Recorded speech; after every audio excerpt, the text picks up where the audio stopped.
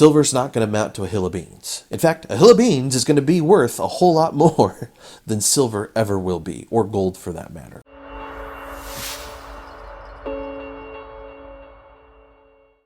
Welcome to Watching the Horizon. I'm Jake. Not coffee. I'm going to talk briefly about financial prepping today. So, I'm sure you've heard it before. Have a small stash of cash, get debt-free, pay off all your bills, all that stuff. And it's all true. But in this video, I want to focus a little bit more on cash reserves. There's a whole nother school of thought out there in regards to prepping that's surrounded around precious metals. So things like silver and gold specifically. There might be other types, palladium and platinum and, jewels and jewelry, but I want to talk specifically about gold and silver. Is it a good idea to put in your preps? Well, first and foremost, I want to say that if you have the money where you can go ahead and you can buy silver and gold to stash away as part of your preps in the event of an SHTF scenario, you better have already got all your other stuff in line. We're talking about food storage. You need to have that squared away already. You need to already have, water storage, fuel storage. If your location is the kind that you need to bug out, maybe you're in the middle of a city, you need a bug out location. Maybe you've purchased some land, you've already set up your caches, along the way, or maybe at your destination. Get all that stuff done first. It is my opinion that if you're going to start, the term is stacking when it comes to collecting gold coins, silver bars, gold bars, precious metals, that kind of thing. If this is something that you're interested in for the purpose of prepping, I would say that you need to already have all your other stuff already in place. Precious metal prepping really needs to be one of the last. Could it be useful? Absolutely. Is it important? It could be important, but again, only if you've got your other stuff, because there's so many other things that are more important first. Let's talk about precious metals. So I am part of a prepper group. It's local to me, and we meet regularly. We meet weekly. But, these subjects come up. Gold and silver. Should you prep for both? Should you have both in your storage, in your cache? I think that it would be okay if you had both. But, gold's pretty expensive, especially, when you start talking about 1 ounce refined coins. I think that's probably a lot for someone to bite off. That's a lot of money. And since this channel is really geared towards your average Joe, if you've got everything else already set up and you've got money for gold, I think having some gold is probably a good idea. But when it comes to making a choice between having something or nothing, I would argue that having silver is your best bet. Silver is the way to go, and here are a few reasons. First off, it's more affordable. I think at the current rate right now, 1 ounce silver coin or bar, and this is 0.999 fine silver, your typical silver round, it's like 15 or 16 bucks per coin. That's it. Cost to entry is much more affordable. There's lots of places that you can get them from. Locally at a coin shop, you can order them online. There's a few places that I order my stuff from. I like to order my stuff directly from a manufacturer, only because I have purchased some coins from local dealerships in the past just to find that I got ripped off. And I really didn't think that I would get ripped off on a silver coin because the value was so low. I didn't think that it was profitable at such a low dollar amount. Was it worth, making counterfeit or fake silver coins? Well, apparently to somebody it was. I'm sure most of it is fine. You can do the acid test and it still be counterfeit. The only test really that makes any kind of sense is a specific gravity test, which now we're talking about dipping things in water and taking measurements and weights, and it's just, I don't know, it's kind of a pain in the butt. I choose to avoid all of that. I order the silver that I buy. I get it online from well-known mints. The way that it works, if you're not familiar, if you are an average Joe, this will mean something to you. Everyone else, you probably already got this. So there is a spot price for silver. You can look it up, go online, Google it. What's the spot price for silver? And there's a chart, and it'll tell you. Today silver is trading for $15.68 per ounce. So that's the going rate. Now, if you go buy a straight up silver coin from somebody, they're going to charge you that price plus a premium. The premium is why they're in business. That's their profit, because the product itself has an inherent value, but they had to acquire it themselves. They had to store it, and they had to have the facilities in which they're able to sell it to you, in which case they need to make money.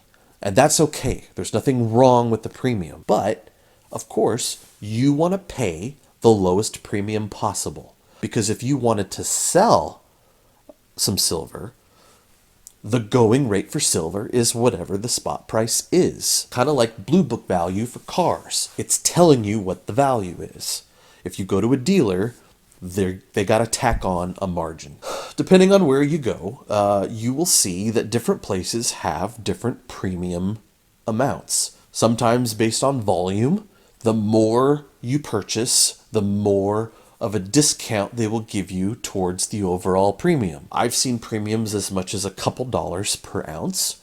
I've seen it as low as, I think 20, 30 cents per ounce. Again, you got to look for it. You got to find it. And if you're just looking to buy 1, 2, 3, maybe a dozen coins, don't expect any kind of big discount. Don't let that get in the way of you making your purchase.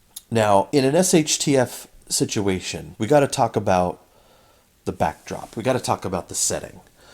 Because let's say something happens, and now let's get more specific. Let's say the US dollar collapses. That's a big fear for a lot of people, and probably a legitimate one, in my opinion. And so let's say the dollar collapses. Wheelbarrows full of money, people just trying to buy a loaf of bread kind of thing. However, silver and gold are more likely to hold their value. Silver, because it's more accessible, because it has less value than gold, I believe is going to end up being the common currency of the day. Now, if we're talking about a situation where people are literally starving to death in the streets, silver's not going to amount to a hill of beans. In fact, a hill of beans is going to be worth a whole lot more than silver ever will be, or gold for that matter. Because when people are starving, that's what they want. You can't eat gold. You can't eat silver. So the most valuable prep in a situation where there is no food is going to be your food storage, which is why I said make sure all your other stuff is in place first. But if you need to trade, if you need to buy for supplies, if you need tools, ammunition, stuff for the homestead kind of thing, and the dollar has collapsed, what's the best way to trade for that kind of stuff? Well, I'll talk about it in another video when it comes to good barter items. But honestly, the easiest way to do it is going to be through gold and silver. Gold is going to be for your high-ticket items, and silver, I believe, is going to be the most basic for your most common everyday transactions. In the past, what they did with silver is, let's say a whole silver coin, right now, like I said, 15, 16 bucks. In an SHTF situation, the value of that silver is going to change. And by value, I mean, how many cans of beans can you get for a single silver coin? And I mean 0.999 round. I'm not talking about like a silver dollar or silver 50-cent piece, because that has a smaller amount of silver. That's another conversation. But people in the past, they would take a silver coin and they would cut it in half because it was easy to do. It's still soft, it's still malleable, and you could easily cut it in half. And it was common to cut them into pieces as small as eighths.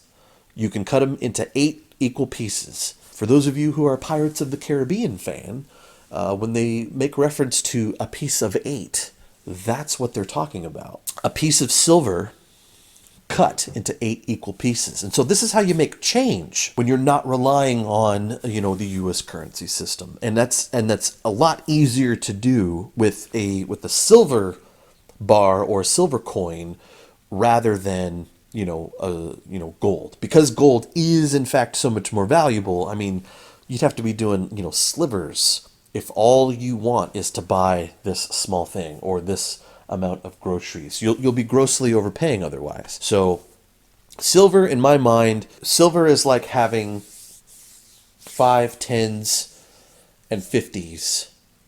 Gold is like having, $100 bills or higher.